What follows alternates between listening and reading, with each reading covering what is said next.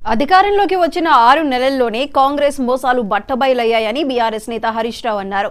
ఆ పార్టీ నిజ స్వరూపాన్ని ప్రజలు చూస్తున్నారని చెప్పారు. రాష్ట్రంలోని మహిళలు, నిరుద్యోగులు, ఉద్యోగులను కాంగ్రెస్ నిలువున మోసగించిందని మండిపడ్డారు. గ్యారంటీలు అమలు చేయలేక చేతులెత్తేసిందని విమర్శించారు. ఎన్నికల హామీలను కాంగ్రెస్ పార్టీ తుంగలో తొక్కిందన్నారు. రేవంత్ పాలనలో అన్ని వర్గాలు ఇబ్బందులు పడుతున్నారని అన్నారు హరీష్ రావు. కుమార్ గారు, గౌరవనీయులు మన అభ్యర్థి, మరి ఇప్పుడే ప్రవీణ్ అన్న చాలా డీటెయిల్గా చెప్పాడు. నేను డీటెయిల్స్కి పోను, కానీ అంత మంచి అభ్యర్థి మనకు దొరికింది. ఇవాళ గ్రాడ్యుయేట్లను అడిగితే 3 అభ్యర్థుల్లో మీ ఓటు ఎవరికి అంటే అందరూ ముక్త కంఠంతో చెప్తున్నారు మా ఓటు రాకేష్ రెడ్డికి అని. అంటే అంత మంచి అభ్యర్థి రాకేష్ రెడ్డి గారు.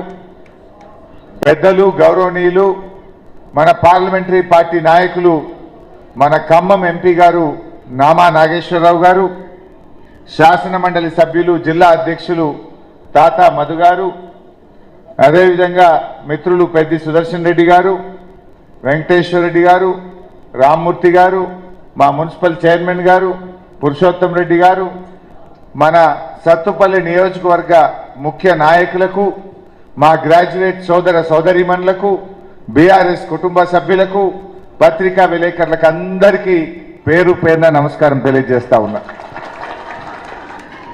మిత్రులారా, మీ అందరిని చూసిన తర్వాత నాకైతే నమ్మకం వచ్చింది. గెలుపు ఖచ్చితంగా బీఆర్ఎస్ పార్టీది, రాకేష్ రెడ్డి గారు. ఈ సీటు మన సీటు. మొదటి నుంచి గులాబీ జెండా పుట్టినప్పటి నుంచి ఈ సీటు బీఆర్ఎస్ పార్టీ గెలిచింది. అది దిలీప్ గారు కావచ్చు, పల్లా రాజేశ్వర రెడ్డి గారు కావచ్చు, రేపు రాకేష్ రెడ్డి గారు కావచ్చు. ఇవాళ మనకి రాష్ట్రంలో ఏ రకంగా చూసినా, అభ్యర్థుల పరంగా చూసినా, పార్టీ పరంగా చూసినా ఇలా రాకేష్ రెడ్డి గారు గెలవాల్సినటువంటి అవసరం ఉంది. కాంగ్రెస్ పార్టీ దాని నిజ స్వరూపం బయటపడ్డది. 6 నెలల్లోనే కాంగ్రెస్ పార్టీ దాని మోసాలన్నీ కూడా బట్ట బయలైనాయి. అందరినీ మోసం చేసింది. మహిళలకు మోసం, నిరుద్యోగులకు మోసం, విద్యార్థులకు మోసం, ఉద్యోగులు ఉపాధ్యాయులను మోసం చేసింది. ఒక్క హామీ అయినా నిలబెట్టిందా మీరు ఆలోచించండి. చెప్పిందేమో చాంతాడంతా, చేసిందేమో ఆవగించంతా. 6 గ్యారంటీలు అన్నారు, బాండ్ పేపర్ల మీద రాసి మీ అందరి చేతుల్లో పెట్టారు, నమ్మిచ్చారు. నమ్మి గెలిచిన తర్వాత ఇవాళ చేతులెత్తింది కాంగ్రెస్ పార్టీ.